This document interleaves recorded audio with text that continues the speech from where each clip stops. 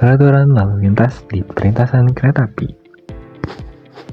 Ini kami dari kelompok Pancasila kelompok 2 T24H. Sini kami beranggotakan 4, nama pertama Fauzi Makhlufi, 1140, kemudian ada Jovan Cakra, 1273, kemudian ada Teguh Wijiono dengan NIM 1227 dan Dani Ihsan 1123. Di sini kami akan menjelaskan tentang peringatan stop di perlintasan kereta api. Bisa dilihat, kita sering melihat rambu-rambu yang berada di perlintasan kereta api seperti rambu stop, kemudian ada pelang seperti yang ada di gambar. Itu pengendara dihimbau untuk melintasi rambu-rambu lalu lintas stop di setiap perlintasan kereta api. Jadi kita harus berhenti sejenak untuk memastikan kondisi aman pada perlintasan tersebut. Setelah kondisi sudah merasa aman, baru kita bisa melewati perlintasan jalur kereta api tersebut.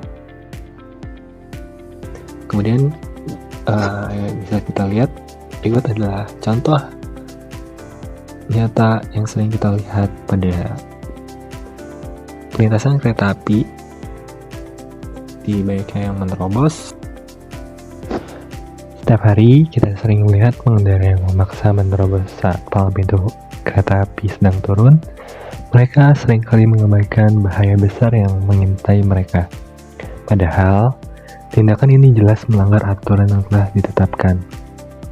Sesuai Undang-Undang Nomor 22 Tahun 2009 tentang lalu lintas dan angkutan jalan, pengendara wajib berhenti ketika sinyal peringatan berbunyi atau palang pintu mulai ditutup. Pasal 114 menegaskan bahwa kereta api memiliki prioritas mutlak di perlintasan. Pelanggaran terhadap peraturan ini dapat dikenai sanksi pidana berupa kurungan hingga 3 bulan atau denda maksimum Rp750.000.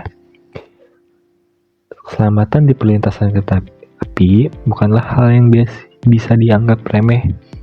Ketika kereta melaju, kecepatan tak tertandingi dan menghentikan kereta secara mendadak hampir mustahil.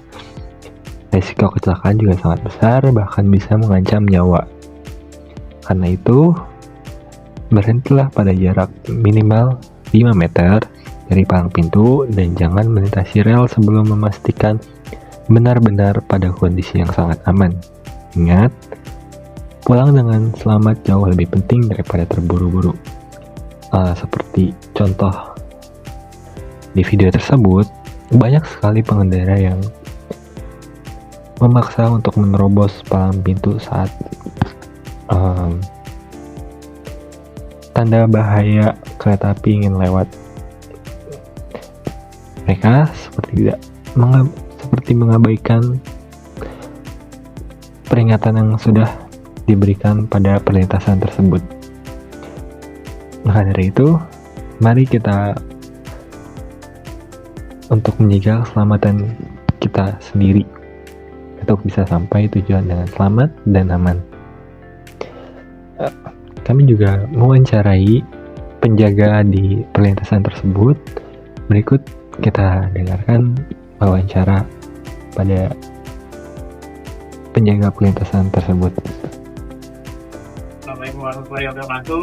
Kami dari T24H.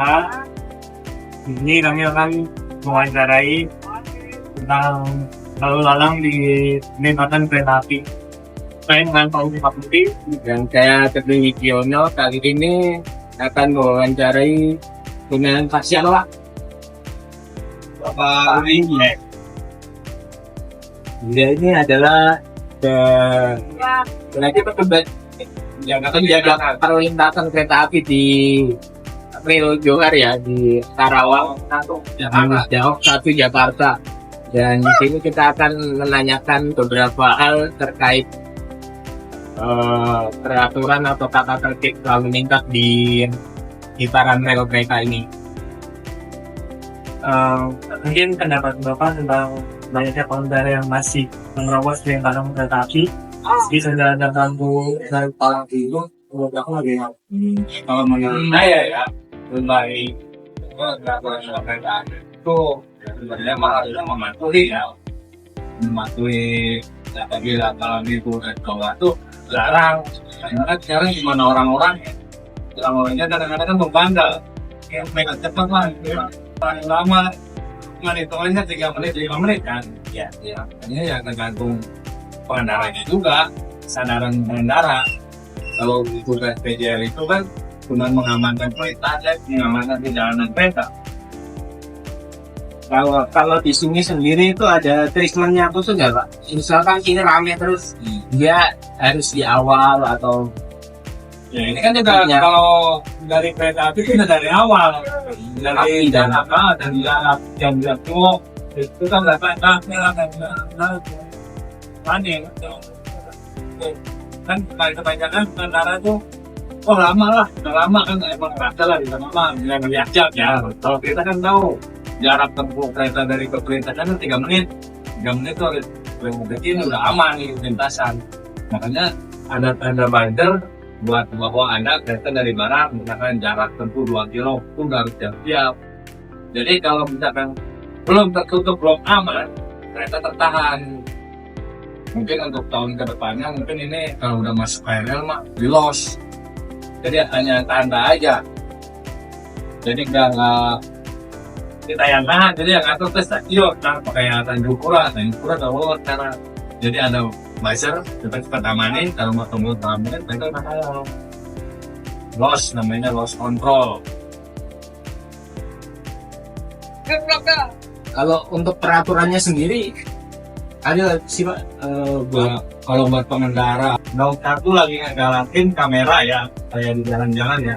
Jadi mesin tilang elektronik itu lagi digalakin sekarang, kereta api tahu udah berjalan atau belum. Kalau 21 mah belum tahu lah. Dengar kemarin lo lagi digalakin, jadi robot lintasan hilang. Itu sama kayak yang di lampu merah Iya itu, karena kan mau digalakin. Karena kan sering terjadi kebanyakan kecelakaan. Oke, sekian dari wawancara kami. Sekian dan terima kasih. Assalamualaikum warahmatullahi wabarakatuh. Mencerminkan bagaimana kita sebagai bangsa menjunjung nilai kebersamaan dan tanggung jawab. Mematuhi aturan lalu lintas bukan hanya tentang ketaatan hukum, tetapi juga menunjukkan penerapan nilai-nilai Pancasila dalam kehidupan sehari-hari. Seperti di sila kedua, kemanusiaan yang adil dan beradab, menghormati hak orang lain untuk selamat di jalan adalah bentuk perilaku beradab. Dengan tidak menerobos perlintasan, kita menunjukkan kepedulian terhadap keselamatan bersama. Kemudian sila ketiga, Persatuan Indonesia. Keselamatan di jalan raya hanya bisa tercapai jika seluruh pengguna jalan bekerja sama dan bersatu mematuhi aturan yang sudah ditetapkan. Kemudian di sila kelima, keadilan sosial bagi seluruh rakyat Indonesia. Mematuhi aturan lalu lintas memastikan semua orang baik pejalan kaki maupun pengendara memiliki hak yang sama untuk merasa aman. Maka dari itu, menunggu beberapa menit di perlintasan kereta adalah bentuk sederhana dari tanggung jawab kita sebagai warga negara yang menghargai hidup dan nilai-nilai luhur Pancasila. Jadilah pengendara yang bijak, karena keselamatan adalah prioritas bersama.